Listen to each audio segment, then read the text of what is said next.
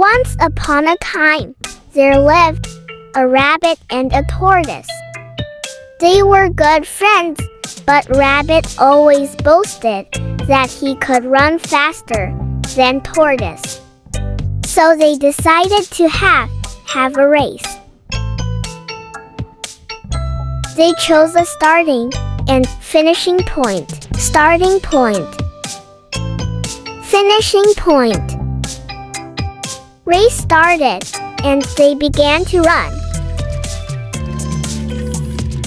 Rabbit ran really fast, and soon left the tortoise far behind. Rabbit saw that tortoise is too far, and he can rest for a while, so he went to sleep under a tree. Meanwhile, tortoise kept walking and reached the place where Rabbit was sleeping. Finally, tortoise reached the finishing point and won the race.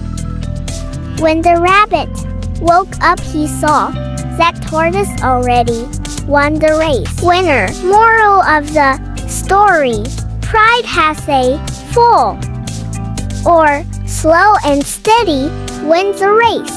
Thanks for watching.